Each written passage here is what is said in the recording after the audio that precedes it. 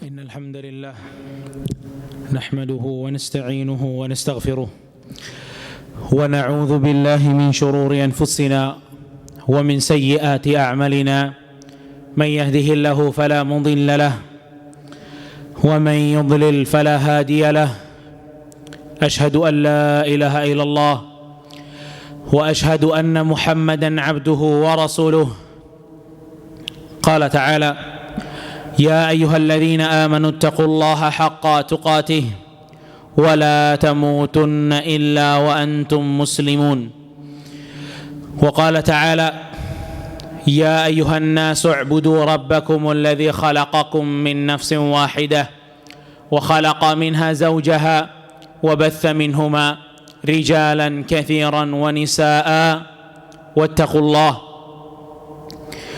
الله الذي تساءلون به والأرحام إن الله كان عليكم رقيبا وقال تعالى يا أيها الذين آمنوا اتقوا الله وقولوا قولا سديدا يصلح لكم أعمالكم ويغفر لكم ذنوبكم ومن يطع الله ورسوله فقد فاز فوزا عظيما أما بعد فإن أصدق الحديث كتاب الله وخير الهدى هدى محمد صلى الله عليه وسلم وشر الأمور محدثاتها وكل محدثة بدعة وكل بدعة ضلالة وكل ضلالة في النار أما بعد para jamaah salat Jumat Masjid Nur Salma yang semoga senantiasa diberikan keberkahan oleh Allah Jalla wa'ala. Tentu sebagaimana yang telah didengar, ayat demi ayat dibacakan agar kita tambah memiliki rasa takut kepada Allah Jalla wa'ala, tambah memiliki rasa takwa kepada Allah Subhanahu wa ta'ala. Ikhwatah, kurang lebih 2 atau 3 pekan yang lalu ada satu video yang cukup viral di media sosial. Adanya para penghafal Quran yang mereka tutup telinga-telinga mereka. Mereka tutup telinga-telinga mereka. Kenapa? Karena ada suara musik di ruangan tersebut.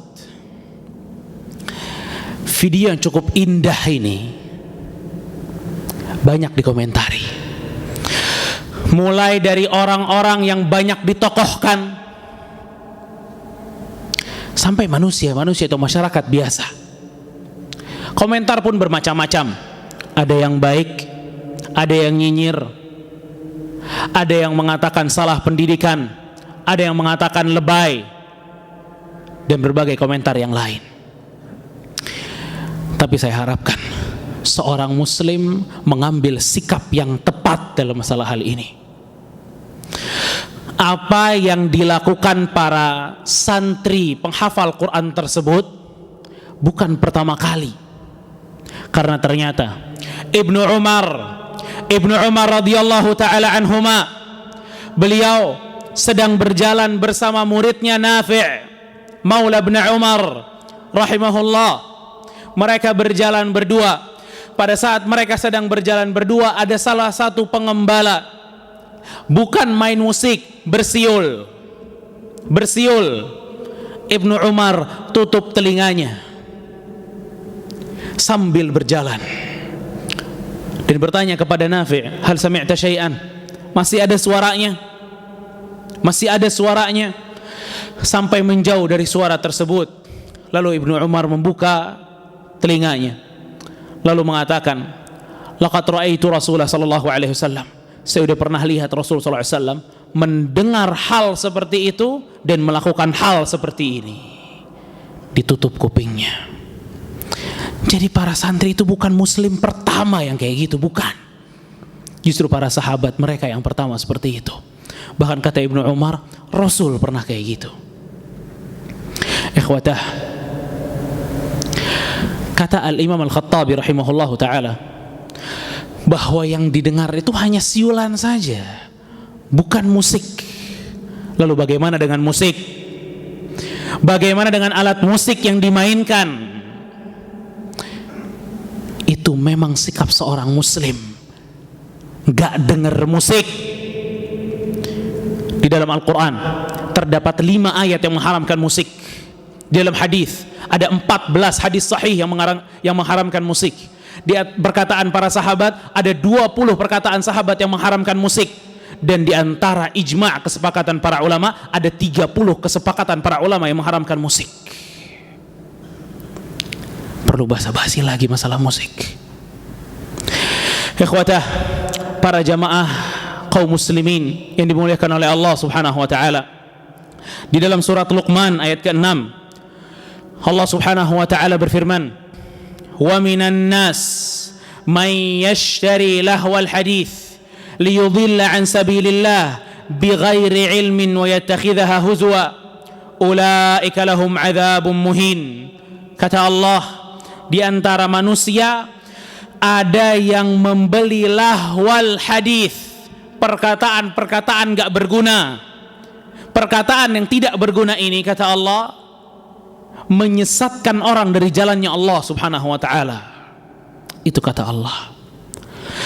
Lalu apa yang dimaksud dengan lahwal hadis di antara para sahabat?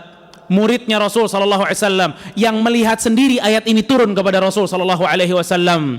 Terdapat beberapa riwayat. Salah satunya dari mufassir umat ini Ibnu Abbas yang Rasul sallallahu alaihi wasallam pernah mengatakan, Allahumma allimhu ta'wil wa faqihhu fid din. Ya Allah, ajarkan tafsir kepada Ibnu Abbas. Ibnu Abbas mengatakan, lahwal hadis al-ghina wa ashbahuh. Lahwal hadis yang kata Allah menyesatkan, ini adalah nyanyian dan yang semisal dengan itu. Dalam riwayat yang lain pula dikatakan oleh Abdullah bin Mas'ud radhiyallahu ta'ala an, beliau mengatakan, huwa wallahil ghina, huwa wallahil ghina, huwa wallahil ghina. Demi Allah itu nyanyian maksudnya, demi Allah itu nyanyian, demi Allah itu nyanyian. Dan di berbagai macam ayat demi ayat yang Allah Subhanahu wa taala haramkan musik, seperti surat An-Najm di ayat ke-61, surat Qasas ayat 55, surat Al-Furqan ayat 72, dan berbagai ayat yang lain. Adapun dalam hadis diriwayatkan dalam Sahih Bukhari, Rasul kita sallallahu alaihi wasallam dari hadis Abu Malik Al-Asy'ari radhiyallahu taala anhu mengatakan, sami'a Nabiya sallallahu alaihi wasallam, dia pernah mendengar Nabi SAW mengatakan, la yakunanna min ummati aqwamun yastahilluna al-hirra wal harir wal khamra wal ma'azif. Kata Rasul sallallahu alaihi wasallam, nanti umatku ini akan menghalalkan zina. Dan kita semua sepakat zina itu haram, makanya Rasul bilang akan menghalalkan karena awalnya haram. Sutra bagi laki-laki, khamar, bir, minuman keras, wal ma'azif, dan alat-alat musik, kata Rasulullah SAW. Itu hadis Bukhari. Diriwayatkan dari yang lain, dari hadis Ibnu Majah dan Ibnu Hibban, dan hadisnya sahih.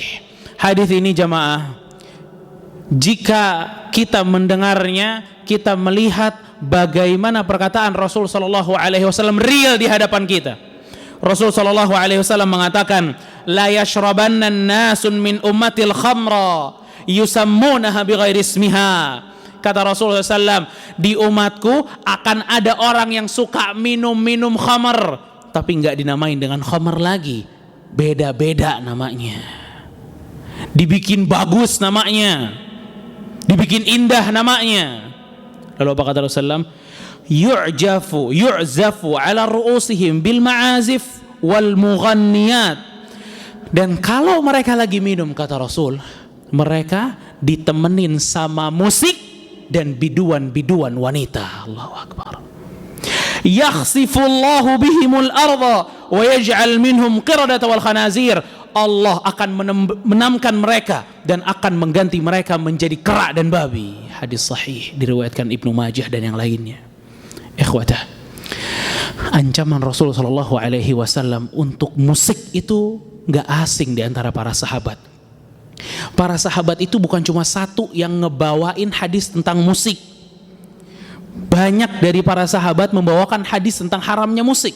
ada Imran ibn Husain, ada Abu Hurairah radhiyallahu taala anhu, ada Abu Umamah, ada Ibnu Abbas, ada Qais bin Sa'ad, ada Sa'id bin Yazid, ada Anas bin Malik, ada Abdurrahman bin Auf dan Amr bin Sa'ad. Maksud saya di sini menunjukkan hatta di tengah para sahabat ini bukan hal yang asing. Mereka tahu banyak hadisnya. Bahkan ikhwatah, kalau kita ingin menengok dari ijma' kesepakatan satu madhab ke madhab yang lain tentang masalah ini, kita akan dapatkan mereka sepakat tentang keharamannya. Salah satunya ulama dari Hanabilah Ibnu Rajab Al-Hambali rahimahullahu ta'ala, dalam kitabnya Fathul Bari, beliau mengatakan, wa ammal istima'ul alatil malahi wal mutribah al multaqah min wad'il aajim, adapun mendengarkan dengan sengaja alat-alat musik yang dimainkan, famuharramun mujma'un ala tahrimih, maka hukumnya haram, sepakat akan keharamannya. Wala yu'lam an ahadin minhum rukhsah, enggak pernah, kata Ibnu Rajab yang bilang, enggak pernah kami mendapatkan di antara para ulama ada yang memberikan keringanan masalah ini. Wa man nuqila rukhsatan, siapa yang bilang ada keringanan kok dalam masalah musik, faqad kadzaba wa iftara, maka dia telah berbohong dan menipu. Allahu akbar. Allahu akbar. Riwayat yang lain dari Al-Imam An-Nawawi rahimahullahu ta'ala, ulama madhab Asy-Syafi'i yang paling banyak madhab ini tersebar di negeri kita, beliau mengatakan, al-mizmarul iraqi wa ma yudrabu bihil autar, seruling-seruling dan gitar-gitar haramun bila khilaf, haram, gak ada khilaf. Al-Imam Ibnu Qudamah rahimahullahu ta'ala, beliau mengatakan, wa amma alatul lahwi kattunbur wal mizmar wa syabbabah, adapun alat-alat musik, fala qat'a fi, maka kalau ada orang menurut hukum fikih mencuri, maka tidak ada hukuman potong tangan. Kenapa? Alasannya yang bisa kita ambil jadi pelajaran, alatun lil ma'siyati bil ijma', karena alat musik tersebut adalah alat bermaksiat, dan ini kesepakatan para ulama. Allahu akbar.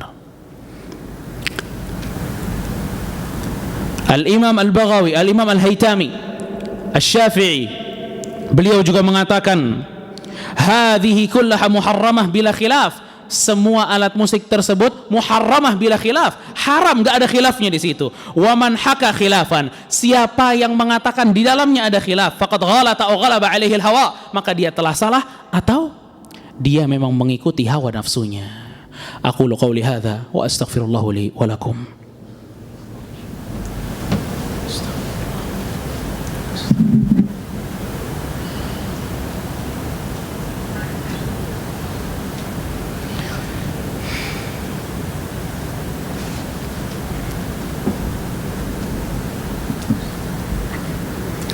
Alhamdulillah, alhamdulillahil wahidil qahhar, wassalatu wassalam ala nabiyyina Mustafa al-Mukhtar wa ala alihi al-athhar wa ashabihi al-abrar. Amma ba'd, para jamaah salat Jumat Masjid Nur Salma yang dimuliakan oleh Allah Jalla wa Ala, mungkin sebagian kita berpikir, kenapa baru marak sekarang? Katanya musik haram dalam Islam, kenapa baru sekarang? Dulu kemana? Kita gak ada yang tahu musik itu haram dari dulu. Ikhwatah, syariat yang begitu jelas, ijma' demi ijma', kesepakatan demi kesepakatan para ulama, hadis demi hadis, ayat demi ayat yang membicarakan hal ini terkubur. Salah satu sebabnya adalah karena banyak dari orang-orang mengambil ahli fatwa yang salah, yang serampangan dalam fatwa, gak ada ketelitian, gak ada keilmiahan yang dalam, dan ini sangat berbahaya untuk umat. Padahal dulu Al-Imam Malik rahimahullahu ta'ala, beliau sampai mengatakan, saya gak pernah berani jawab pertanyaan, saya gak pernah berani mengeluarkan fatwa sampai ada 70 ulama di Madinah yang memberikan rekomendasi dan izin untuk saya bahwa saya pantas berfatwa. Ikhwatah, Sekarang yang gak pernah khatam Quran bicara tentang agama Allah. Yang gak pernah hafal satu hadis bicara tentang agama Allah. Yang gak pernah buka buku fikih bicara tentang agama Allah. Bicara tentang halal dan haram. Padahal kalau disuruh bicara ekonomi gak berani, disuruh bicara covid gak berani, disuruh bicara kesehatan gak berani, disuruh bicara agama berani. Anda berhadapan dengan Rabbul Alamin. Ini syariat Allah, bukan punya kita. Ini punya Allah syariat ini. Kita hanya mengikuti apa yang Allah subhanahu wa ta'ala perintahkan kepada kita. Makanya ikhwatah barakallahu fikum, Rasul sallallahu alaihi wasallam pernah memberikan satu hadis kepada kita. Kata Rasul sallallahu alaihi wasallam, ittakhadhan nas ru'usan juhala. Nanti di akhir-akhir zaman banyak masyarakat itu mengambil juhal, orang-orang yang gak punya kapabilitas menjadi tokoh-tokoh agama. Yang ditanya, yang diminta fatwa, apa kata Rasulullah SAW? Fasu'ilu fa'aftau. Mereka ditanya, mereka kasih fatwa halal. Mereka ditanya, mereka kasih fatwa boleh. Mereka ditanya, semua boleh, semua halal. Fasu'ilu fa'adhallu adhallu. Mereka sesat orangnya dan menyesatkan masyarakat yang lain. Fala haula wala quwata illa billah. Karenanya ikhwata fiddin azakumullah, tidak perlu asing dengan hal ini. Karena hal ini, kalau kita ingin melihat kitab-kitab para ulama, maka kita dapatkan hal ini dijelaskan dengan cukup gamblang oleh para ulama. Allah subhanahu wa ta'ala berfirman, innallaha wa malaikatahu yusalluna ala nabi ya ayyuhalladzina amanu sallu alaihi wa sallimu taslima. وقال صلى الله عليه وسلم من صلى علي صلاة واحدة صلى الله عليها بها أشرا فأصلي وأسلم على سيدنا وحبيبنا ومولانا محمد بن عبد الله وعلى آله وصحبه أجمعين اللهم اغفر للمسلمين والمسلمات والمؤمنين والمؤمنات الأحياء منهم والأموات إنك قريب مجيب الدعوات يا قاضي الحاجات اللهم أعز الإسلام والمسلمين اللهم أعز الإسلام والمسلمين اللهم أعز الإسلام والمسلمين ودمر اللهم أعداءك أعداء الدين يا رب العالمين يا حي يا قيوم برحمتك نستغيث أصلح لنا شأننا كله ولا تكلنا إلى أنفسنا طرفة عين اللهم ارفع عنا هذا الوباء اللهم ارفع عنا هذا الوباء اللهم ارفع عنا هذا الوباء يا ذا الجلال والإكرام يا رحمن يا رحيم يا مقلب القلوب ثبت قلوبنا على دينك يا مقلب القلوب ثبت قلوبنا على دينك يا مقلب القلوب ثبت قلوبنا على دينك يا ذا الجلال والإكرام اللهم أرنا الحق حقا وارزقنا اتباعه وأرنا الباطل باطلا وارزقنا اجتنابه يا ذا الجلال والإكرام ربنا آتنا في الدنيا حسنة وفي الآخرة حسنة وقنا عذاب النار وصلى الله على نبينا محمد وعلى آله وصحبه أجمعين وآخر دعوانا عن الحمد لله رب العالمين أقم الصلاة